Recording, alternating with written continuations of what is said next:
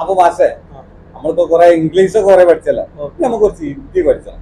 കാരണം ഇപ്പൊ എവിടെ ചെന്നാലും ഹിന്ദിക്കാരാണ്.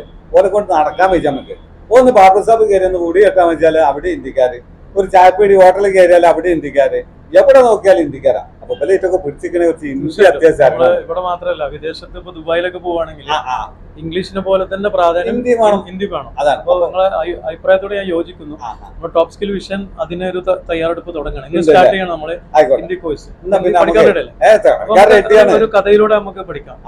ആദ്യം നമ്മൾ പഠിക്കാൻ പോകുന്നത് പിന്നെ ആഴ്ചകള്. ഇപ്പൊ തിങ്കൾ, ചൊവ്വ, ബുധൻ, വ്യാഴം, വെള്ളി, അതൊക്കെ എങ്ങനെയാണ് ഹിന്ദിയിൽ പറയാന്നുള്ളത് ഒരു കഥ നിങ്ങൾ മനസ്സിൽ ചിന്തിച്ചാൽ നിങ്ങൾക്ക് ചെയ്യാൻ പറ്റും. അപ്പൊ നമുക്ക് ബോർഡിലേക്ക് നോക്കാം. ഞാൻ അതിലേക്ക് വരാം, അതെ കഥയിലേക്ക് വരാം. അപ്പൊ നമ്മള് കഥയിലെ കഥാപാത്രമാണ് രവിയേട്ടൻ. രവിയേട്ടൻ ഞായറാഴ്ച പിന്നെ നാട്ടിലേക്ക് വരികയാണ് ഗൾഫിൽ നിന്ന്. അപ്പൊ രവിയേട്ടൻ ഞായറാഴ്ച, ശ്രദ്ധിക്ക, ഞായറാഴ്ച രവിയേട്ടൻ വരുന്നു. അപ്പൊ ഞായറാഴ്ചക്ക് നമ്മൾ പറയാ രവിവാർ എന്നാണ്. രവിവാർ, രവിയേട്ടൻ ഞായറാഴ്ച വരുന്നു. അപ്പൊ രവിവാർ. അയാൾ വന്നതെന്ന് വെച്ചാൽ കല്യാണം കഴിക്കാൻ വേണ്ടിയിട്ടാണ്. അപ്പൊ വീട്ടുകാരൊക്കെ നോക്കി വെച്ചിട്ടുണ്ട് ഒരു പിന്നെ പ്രപ്പോസല്. അപ്പൊ അവളെ പേരാണ് സോം. അപ്പൊ ഈ സോമനെ കാണാൻ വേണ്ടിയിട്ടാണ് വരുന്നത്. ആരെ കാണാനാണ്? സോമനെ കാണാൻ. അത് തിങ്കളാഴ്ച അവര് കാണാൻ പോവാണ്. അപ്പൊ തിങ്കളാഴ്ച സോമനെ കാണാൻ പോവാണ്. തിങ്കളാഴ്ച സോമനെ കാണാൻ പോവാണ്. അപ്പൊ തിങ്കളാഴ്ചക്ക് നമുക്ക് സോംവാർ എന്ന് പറയാം. തിങ്കളാഴ്ചക്ക് എന്ത് പറയാം? സോംവാർ. അപ്പൊ രവിവാർ, സോംവാർ. പിന്നെ പെട്ടെന്ന് കല്യാണം റെഡിയായി. ചൊവ്വാഴ്ചയാണ് എന്ത് ചെയ്യുന്നത്, അവരെ കല്യാണം ഫിക്സ് ചെയ്യുന്നത്. പെട്ടെന്ന് ഗൾഫിൽ നിന്ന് വന്നാണല്ലോ, സമയമില്ലല്ലോ. പെട്ടെന്ന് റെഡി ആദ്യമേ പറഞ്ഞു വെച്ചതാണ്. അപ്പൊ ചൊവ്വാഴ്ച നമ്മൾ കല്യാണത്തിന് മംഗല്യം എന്നാ പറയാം.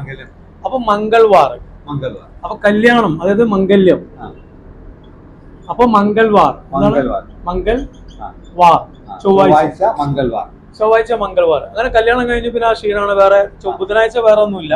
ബുധനാഴ്ച പ്രത്യേകിച്ച് ഒന്നും ഇല്ലാത്തതുകൊണ്ട് നമുക്ക് എന്ത് ചെയ്യാ വെച്ചാല് ബുധവാർ എന്ന് പറയാം. എന്ത് പറയാം? ബുധവാർ എന്ന് പറയാം. ക്ലിയർ? പിന്നെ വ്യാഴാഴ്ചയാണ്. വ്യാഴാഴ്ച ഇവർ എന്ത് ചെയ്തു വെച്ചാൽ അവരെ ഗുരുവിനെ കാണാൻ പോയി. ഈ പഴയ കാലത്തൊക്കെ ഗുരുകുലം ഭയങ്കരമാണ്. നമ്മൾ ഗുരുക്കന്മാരെ ഭയങ്കര പോകും. അപ്പൊ ഗുരുവിന്റെ അനുഗ്രഹം കാണാൻ. അപ്പൊ വ്യാഴാഴ്ച എന്താ വെച്ചാൽ ഗുരുവിനെ കാണാൻ പോയത് കൊണ്ട് നമുക്ക് ഗുരുവാർ എന്ന് പറയാം. എന്താണ്? ഗുരുവാർ. ഗുരുവിനെ കാണാൻ പോയതാണ്. അപ്പൊ ഗുരുവാർ. ഗുരു എന്ത് ചെയ്തു? തല തൊട്ട് അനുഗ്രഹിച്ചു എന്നല്ല, അയാൾക്ക് വെള്ളിയാഴ്ച കമ്പനിയിൽ നിന്ന് മെയിൽ വരികയാണ്. എന്താ വെച്ചാൽ അയാള് ജോലിയിൽ കയറ്റം കിട്ടി. കാരണം ഗുരുവിന്റെ അനുഗ്രഹമൊക്കെ വാങ്ങി. അപ്പൊ പ്രൊമോഷൻ കിട്ടി. അതിന് നമ്മൾ പറയാം ശുക്രദശ എന്നാണ്. അപ്പൊ ശുക്രദശ എന്ന് പറഞ്ഞാല് എന്താണ്? ശുക്രദശ തുടങ്ങി എന്നുള്ളതാണ് അതിനെ ഉദ്ദേശിക്കുന്നത്. അതുകൊണ്ട് വെള്ളിയാഴ്ചക്ക് എന്ത് പറയാം? ശുക്രവാർ. എന്താണ്? ശുക്രവാർ. ശുക്രദശ തുടങ്ങി. അങ്ങനെ പിന്നെ ശനിയാഴ്ച പിന്നെ എന്ത് ചെയ്തു? അത് തിരിച്ച് അങ്ങോട്ട് തന്നെ പോയി, തിരിച്ച് മടങ്ങി. അപ്പൊ പ്രത്യേകിച്ച് കാര്യങ്ങളൊന്നും പറയാനില്ലാത്തതുകൊണ്ട് നമുക്കത് ശനിവാർ എന്ന് കൊടുക്കാം. എന്ത് കൊടുക്കാം? ശനിവാർ. അപ്പൊ ഒന്ന് പറയോ? ഞായറാഴ്ച നമ്മള് രവിയേട്ടൻ വരികയാണ്. രവിയേട്ടൻ പറഞ്ഞിട്ട് രവിവാർ. പിന്നെ തിങ്കളാഴ്ച മൂപ്പര് പെണ്ണിനെ കാണാൻ പോയത്. പെണ്ണിന്റെ പേര് സോം. അപ്പൊ തിങ്കളാഴ്ചക്ക് സോമവാർ. പിന്നെ ചൊവ്വാഴ്ച നമ്മള് കല്യാണം ഇങ്ങനെ നിശ്ചയിക്കാൻ വേണ്ടിയുള്ള പരിപാടിയൊക്കെയാണ്. ചൊവ്വാഴ്ച അതിന് മംഗൾവാർ. ബുധനാഴ്ച കാര്യമായിട്ട് പരിപാടി ഒന്നുമില്ല. ബുധവാർ. പിന്നെ വ്യാഴാഴ്ച ഗുരുവിനെ കാണാൻ പോയി.